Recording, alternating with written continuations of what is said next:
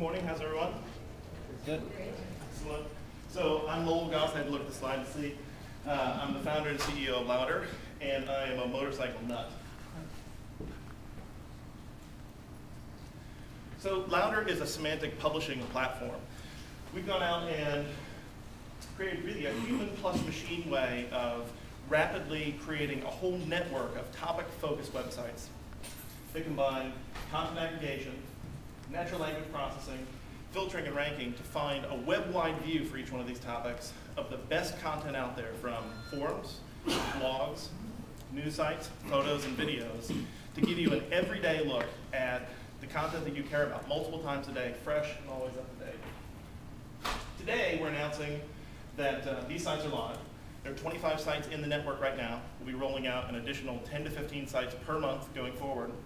And you can see they're kind of all under a brand umbrella, this 3R URL concept. We've got about 520 different URLs all around enthusiast topics that incorporate the 3R ending. So you have Putter for golf, and Glacier for environment, Dapper for men's fashion, Founder for venture capital, Winner for NASCAR, a wide range of different topics and enthusiasm areas. The piece at the bottom, I think, is one of the most important things in terms of how the network grows. We talk about it as two-dimensional scaling. Even as each site grows organically through links in, SEO, social networking, at the same time we're also adding nodes to the network. So our ability to scale and grow our user base extremely quickly, and also to drive that with effort and capital, is something that I think is a real advantage for our overall model.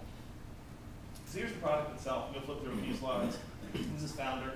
The screenshot taken just a couple days ago. You can get a sense of how the product works. You've got clustering and aggregation happening from hundreds of different sources, and in some topics thousands of different sources, showing you the most interesting items for today, along with some social aspects as well. Here is Buzzer, all about technology and the web. Here we have Cricketer. So we've got cricket news coming from all over the world, giving you what is the up-to-date items. Here we've got Dapper for men's fashion, Woofer for dogs, Rubber for motorcycle racing, Watcher for TV. And every time I look at one of these things, I find something fresh and new, a new source, a new piece of content that I didn't know even existed before. And that's one of the reasons we've been using the phrase content discovery engine. So I'm sure a lot of you, when you travel on the airplane, use noise-canceling headphones. And that's a metaphor that we've been talking about a lot. The internet is a noisy place. It gets noisy every few years, and every few years someone comes up with a solution to reduce that noise. LOUD3R is the solution for the noise that we're experiencing today. So your day is filled with noise, spam, splog, and junk.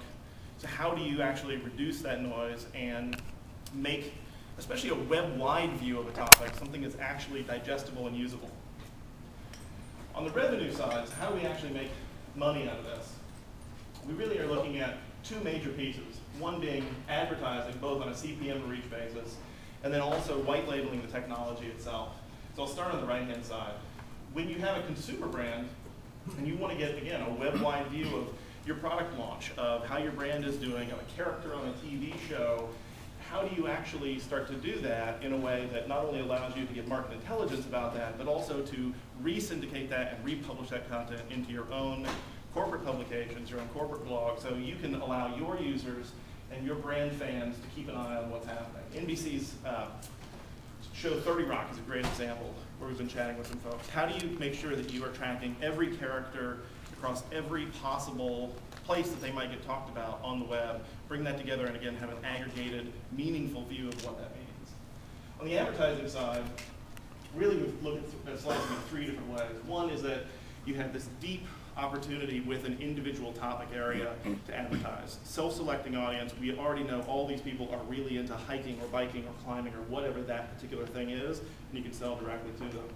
Another is to look across the network at clusters of individual sites that might have an appeal, that might be a demographic basis, a geographic basis, all baked into the product from the very beginning. Or a reach play where you're looking at how do I advertise across the whole network. And again, as we talked about in an earlier slide, the growth drivers really are organic, social, and here on the right-hand side, the business development aspect. From a technology perspective, you see the blue squares are how users interact with it. Am I contributing content? Am I consuming content? And that gives us really data that we can use to further refine our filtering, clustering, tagging, and also our scoring. So here we've got underscore, buzz, quality, and community, all as aspects of what it is we do. So milestones, 25 sites today. We are planning to be at 100,000 users at the end of our first month here, 250 sites just a little over a year out from now, and 500 sites by the end of 2010. Q3 is really all about Series A for us, so we can accelerate this growth dramatically based on the tools and the platform that we've built today. I founded the company along with our chief scientist, Dimitri Spanos. Thank you very much for your time. That's it.